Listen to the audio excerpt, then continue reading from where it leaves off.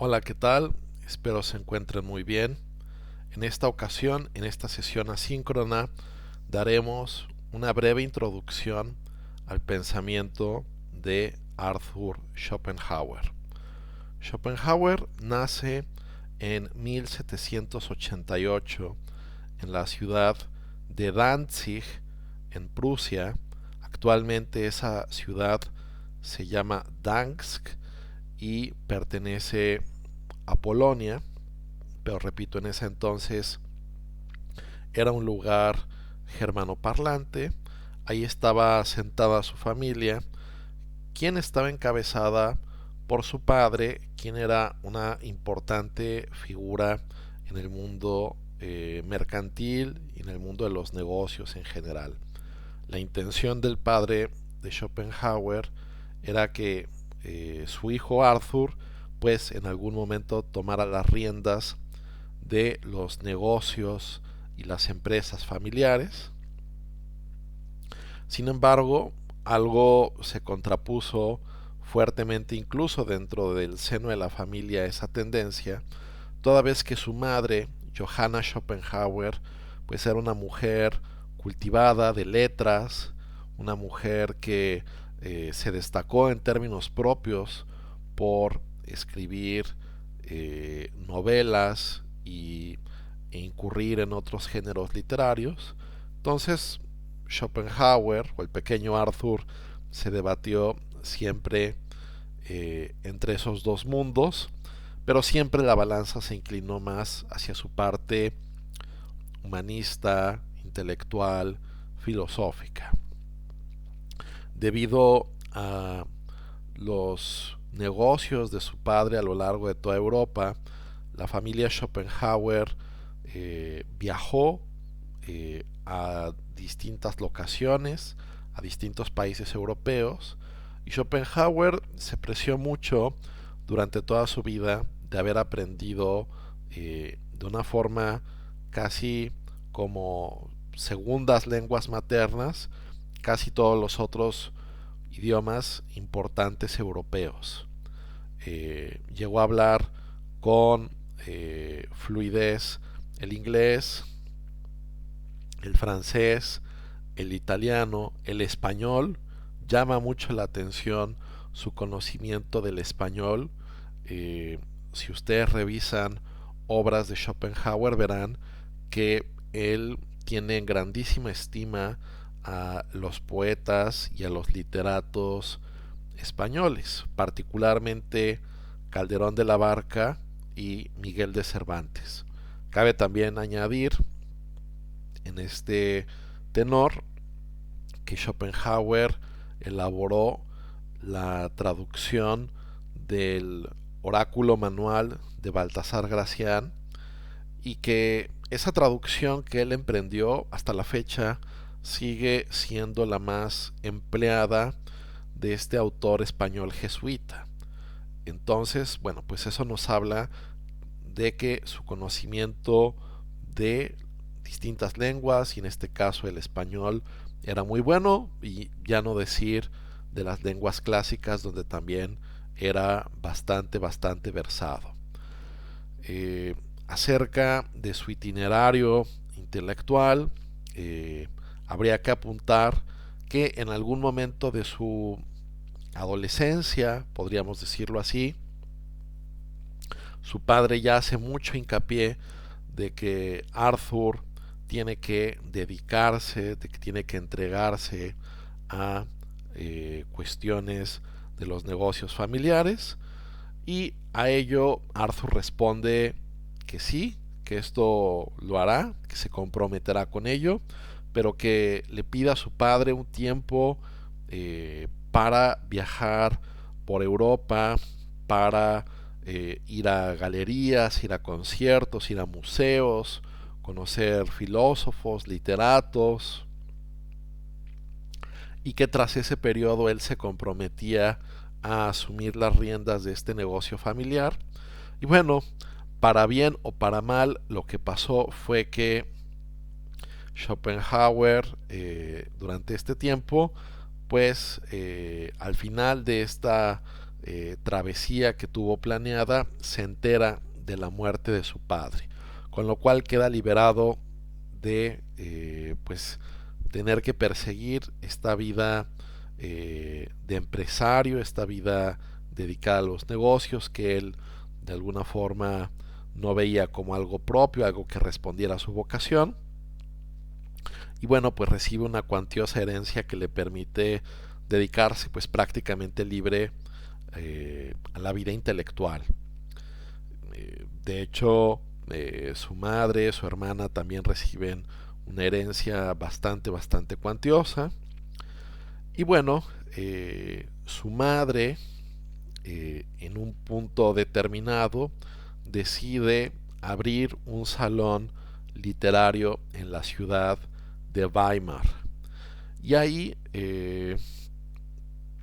entre otras personalidades que se congregaron, estuvo el gran poeta alemán Johann Wolfgang von Goethe, quien no solo fue un personaje, digamos, interesado en la materia estrictamente literaria, sino que era pues, una especie de sabio o alguien erudito de una forma muy amplia, por lo cual, entre otras cosas, al final de su tiempo, escribió una así llamada Farbenlehre, que eso significa una doctrina, una teoría de los colores.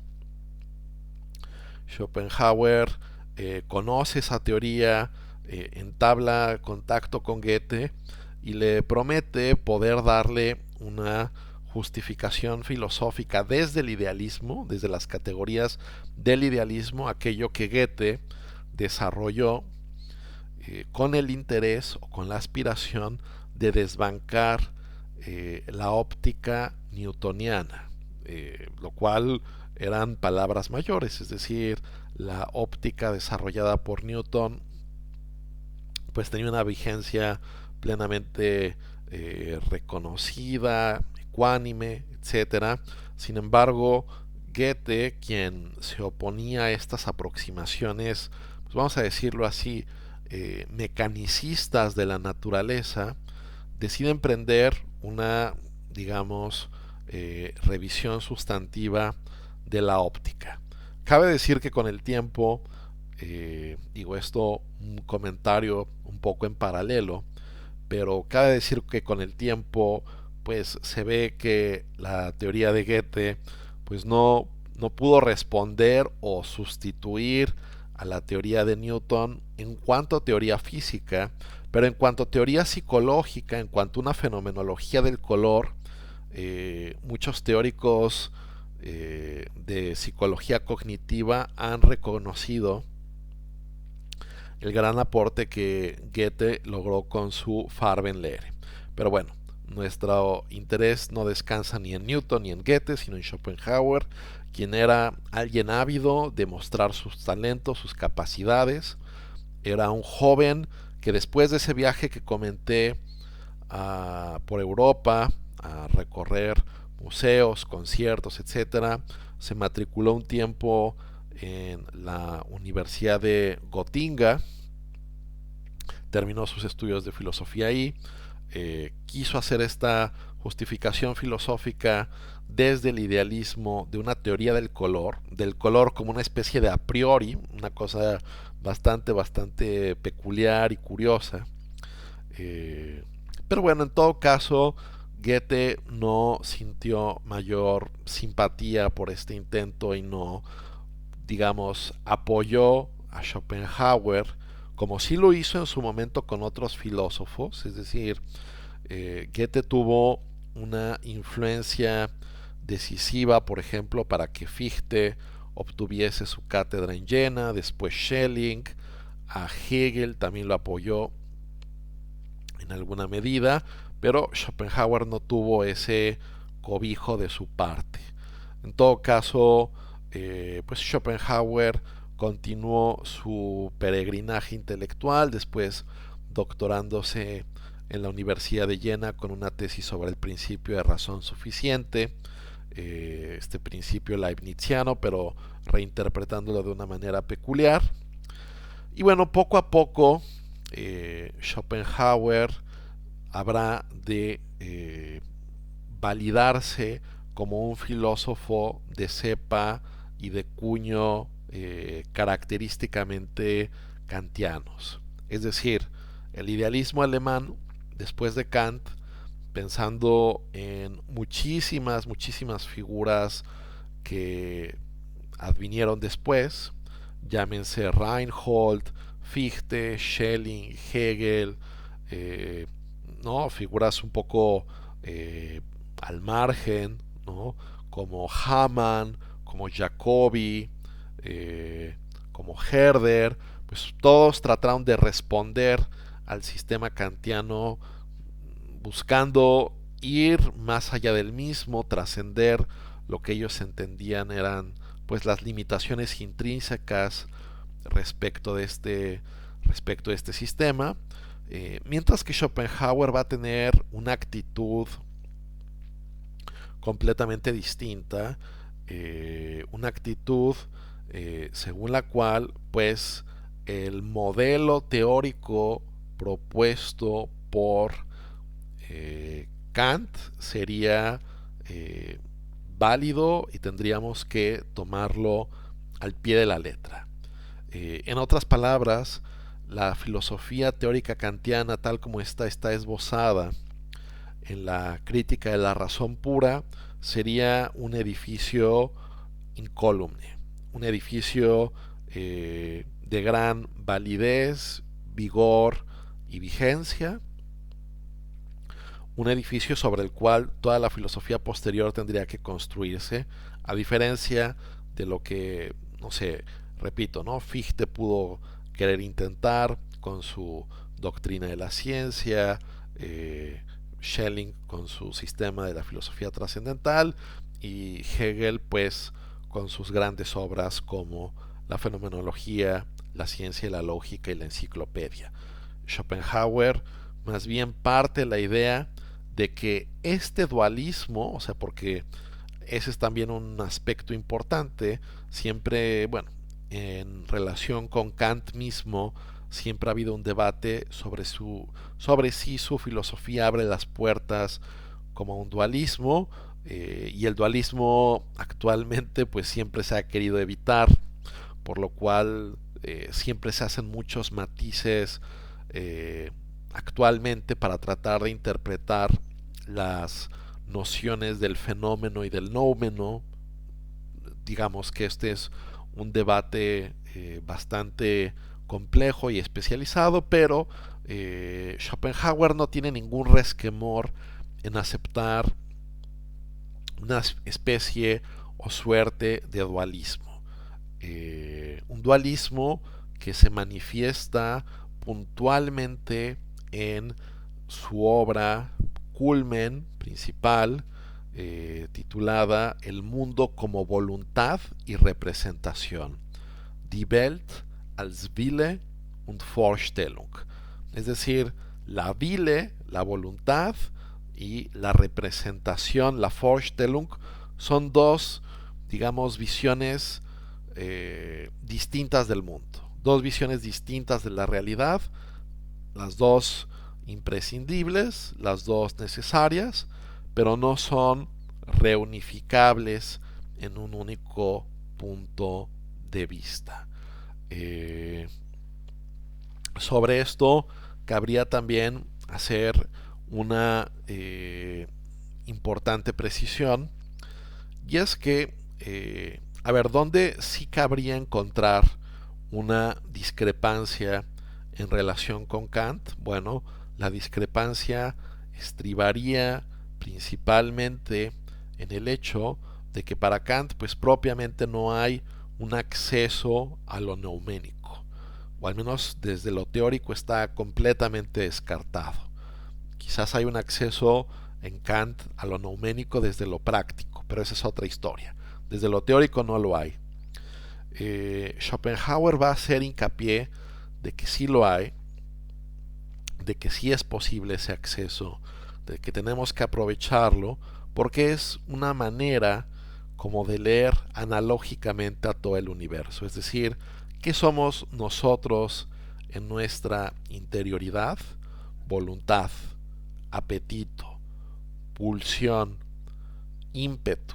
Todo ello es lo que anima el actuar humano, y nosotros vemos que esto es como una especie de brújula con la cual podemos a su vez interpretar el actuar animal, las fuerzas que se despliegan en la naturaleza, las fuerzas físicas que cada vez estaban siendo más estudiadas ya para aquel entonces, como la gravitación, el magnetismo, la electricidad.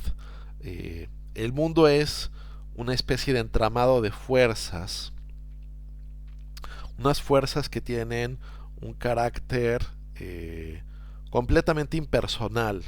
Es decir, vamos a ponerlo en estos términos, esta voluntad que anima todo el cosmos, que anima toda la realidad, es una voluntad impersonal, es una voluntad ciega, que se encarna en manifestaciones particulares, vamos a decirlo así, fenoménicas, y que quedan signadas las cosas como individuales a partir del entendimiento del sujeto que justo delimita y demarca unos objetos respecto de otros, pero en realidad esa es una tarea de corte, repito, intelectualista, porque vista la realidad desde otro ángulo de la moneda, el otro ángulo que queda libre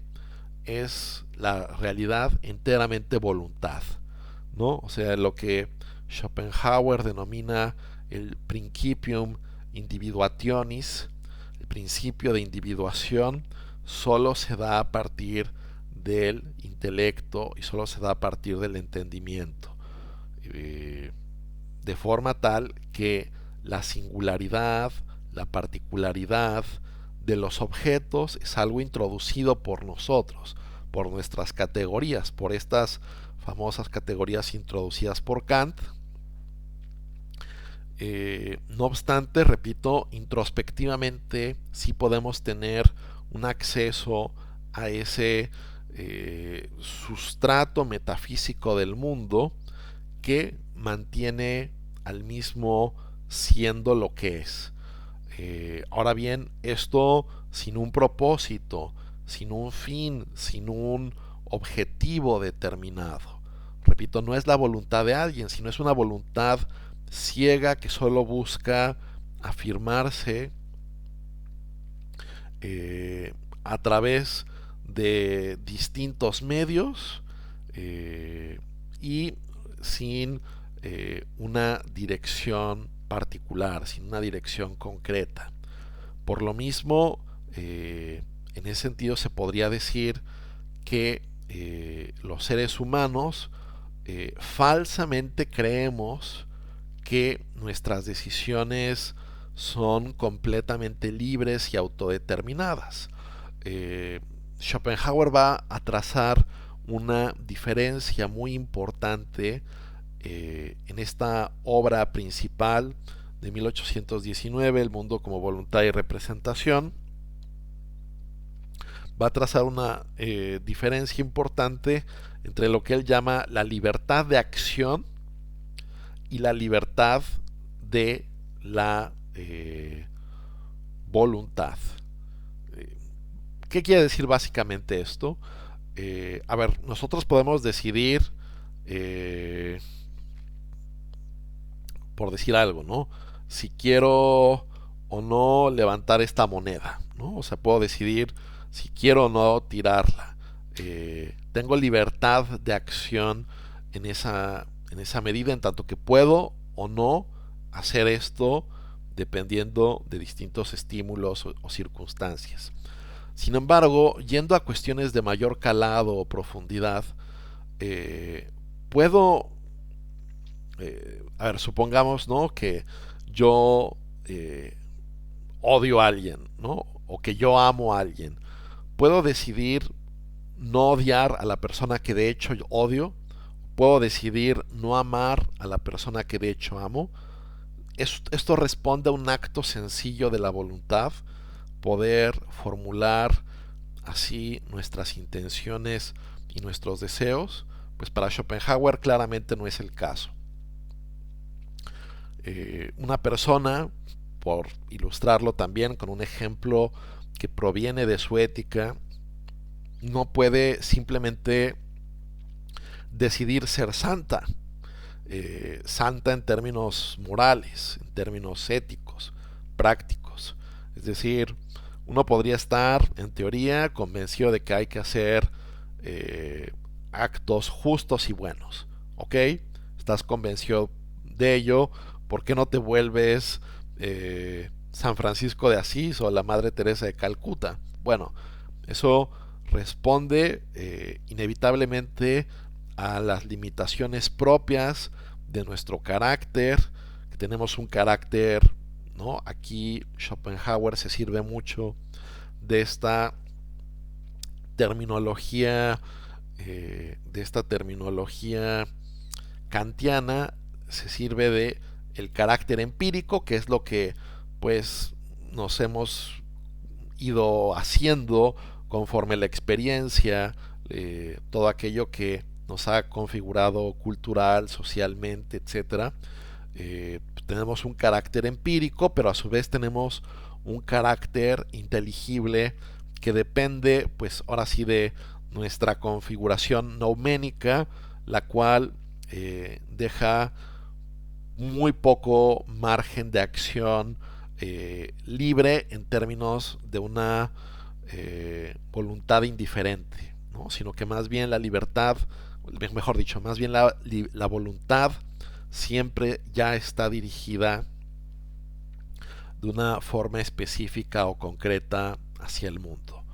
Bueno, dicho esto, ¿no? O sea, resaltando este aspecto de que Schopenhauer es un pensador que trata de recoger el espíritu general de la filosofía teórica kantiana, aunque le da muchas inflexiones particulares, por decir solo dos, mientras que Kant pues hace su teoría como una teoría trascendental del conocimiento, Schopenhauer quiere hacerla un tanto más pues naturalista o biologicista, es decir, Schopenhauer no habla tanto como del entendimiento, sino como del cerebro, ¿no? O sea, se va más a lo anatómico, hacia lo fisiológico, aunque manteniendo, repito, el esquema categorial kantiano. Y bueno, incluso el propio esquema categorial kantiano se ve bastante reducido, toda vez que para él el principio a priori más importante introducido por el intelecto es la causalidad. O sea, la causalidad es el eslabón a priori que nos permite concatenar justamente distintas clases de eventos y situaciones, visto esto desde la perspectiva teórica. Bueno, eh, ese marco kantiano que he delineado, que es acentuado en sus implicaciones dualistas por Schopenhauer, pues esto también ocurre, o esto también va de la mano de una recuperación o revaloración de teorías y doctrinas orientales. Schopenhauer se va a apreciar mucho por haber sido un filósofo que, digamos, hiciera, ¿no? buscar una convergencia entre Occidente y Oriente, mostrando que las doctrinas de los Vedas, del Buda, del Bhagavad Gita, en fin, ¿no? Toda la sabiduría antigua hindú tiene una, digamos, correlación importante con aspectos explorados desde la filosofía griega. Y bueno, lo que a él le interesa mucho resaltar desde una perspectiva teórica es precisamente, ¿no? sirviéndose de esta jerga kantiana, que el mundo pues en realidad tiene este carácter un poco como de ilusión, cosa que Kant, digamos, no hacía tanto, pero esta dimensión fenoménica del mundo, o sea, el fenomen, o lo que Kant también llamaba la Erscheinung, eh, Schopenhauer, con esta inflexión espiritual budista, pues va a interpretar, ¿no? Repito, el fenomen, la Erscheinung, como ilusión, como engaño, en consonancia con las doctrinas orientales que pugnaban por decir que este mundo es apariencia, que es ilusión. Estarán ustedes familiarizados con la idea del samsara, con la idea de que estamos en el velo de Maya, donde parece que todo es diferenciado, todo es discernible, todo está separado, pero en realidad hay una gran unidad subyacente a partir de la voluntad. La voluntad es esa cohesión subyacente nouménica que tiene el todo. Ahora, esa voluntad para el individuo en particular, para el individuo en específico, pues tiene un gran peso, digamos, en términos de insatisfacción, de congoja, de melancolía, de desgarramiento. Tenemos innumerables apetitos, de los cuales muy pocos se pueden ver satisfechos. Son muchos más los que se ven satisfechos, perdón, sí, muchos más los que se ven insatisfechos que los que se ven satisfechos. Nuestra vida pasa a ser una constante pugna por alcanzar ciertas cosas y siempre es con tropezones, con frustraciones, con rivalidades, con congojas con otros seres humanos. Y si de hecho logramos alcanzar, vamos a decirlo así, ese objetivo último que nos habíamos planteado, siempre queremos desear o seguir deseando cosas ulteriormente. No hay algo así en el mundo como un objeto último que satisfaga completamente a la voluntad, sino que la voluntad siempre es pulsión, siempre es empuje, siempre es buscar algo más. Por ello, hay dos situaciones que se presentan inevitablemente a juicio de Schopenhauer. Por una parte, el, digamos, la insatisfacción, la congoja de no poder alcanzar lo que uno se propuso o lo que uno visualizó, o bien lo que puede pasar es el hastío, el aburrimiento. Alcancé lo que quería y sin embargo después eso ya no me dice nada. Necesito seguir acumulando o obteniendo cosas. Por lo mismo, estamos en este desgarramiento que solo podrá mitigarse mediante lo que podríamos llamar una negación de la voluntad. No solo apaciguando la voluntad, nosotros podremos estar en condiciones de trascender los sufrimientos y los pesares de este mundo. Por eso, pues Schopenhauer es claramente un filósofo de corte pesimista, ¿no? Se le ha llamado, me parece correctamente, como un filósofo padre de cierto pesimismo filosófico.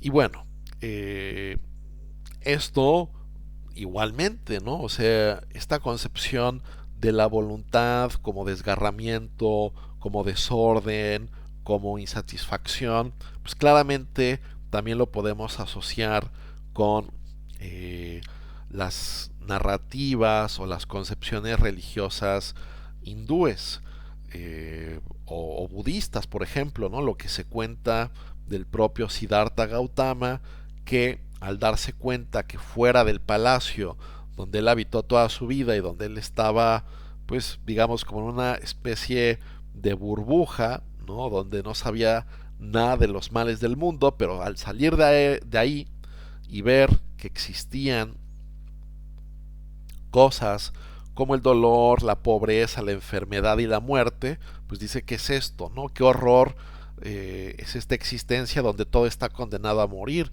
donde todo está condenado a perecer.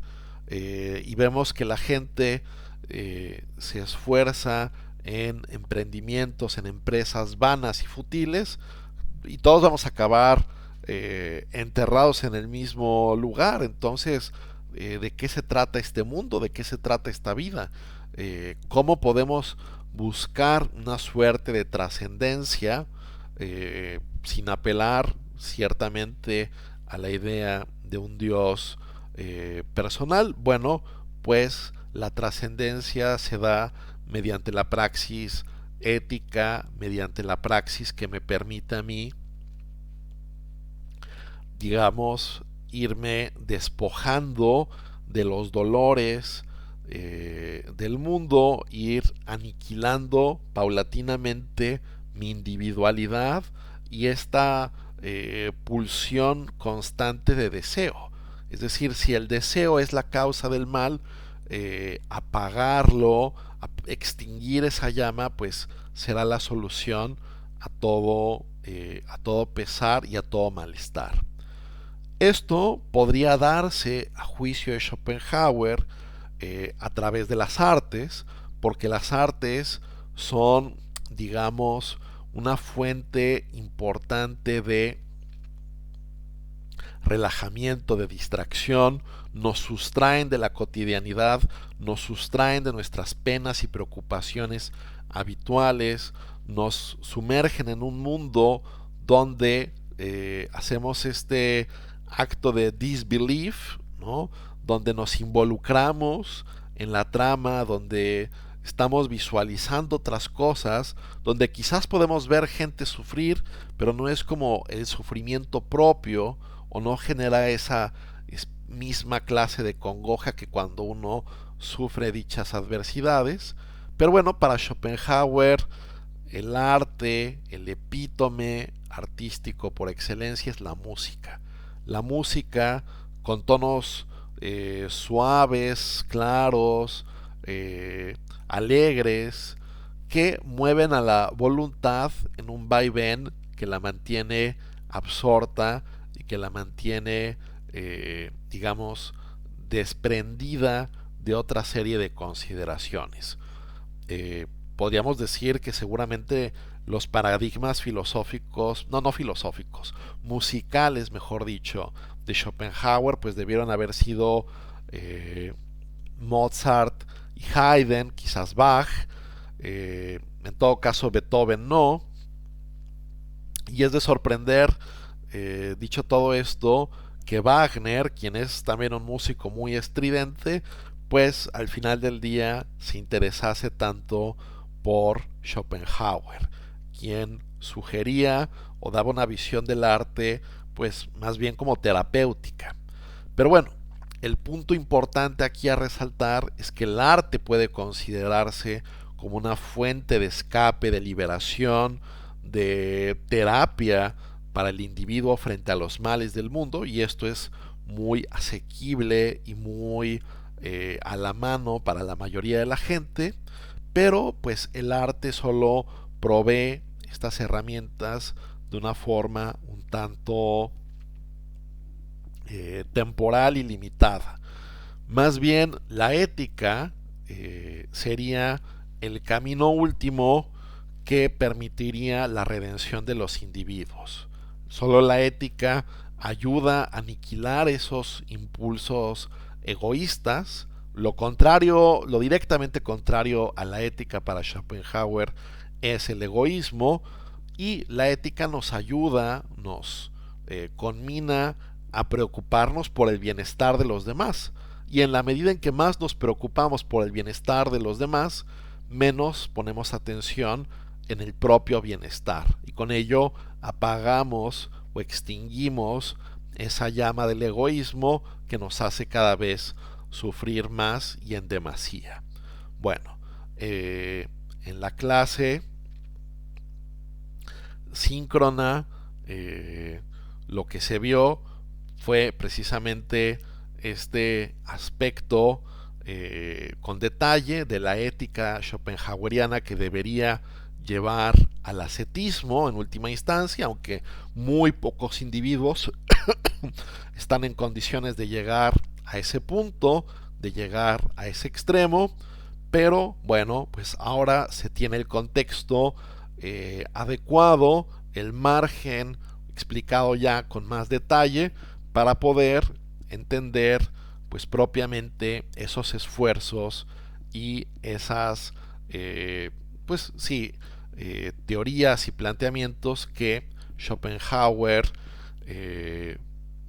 digamos presenta ante la audiencia.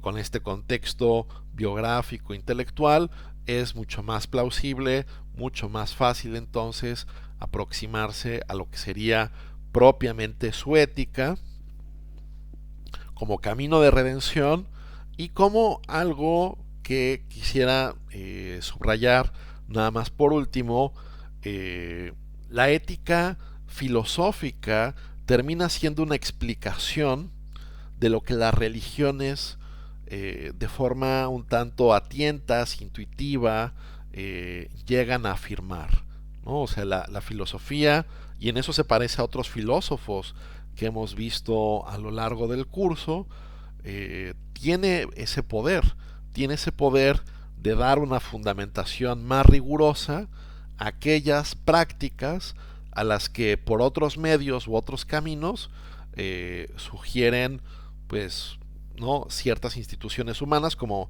en este caso las religiones. Muy bien, pues con esto terminamos de brindar esta contextualización, esta demarcación general intelectual del pensamiento de Schopenhauer y con este video asíncrono terminamos nuestra exposición de dicho autor. Hasta luego.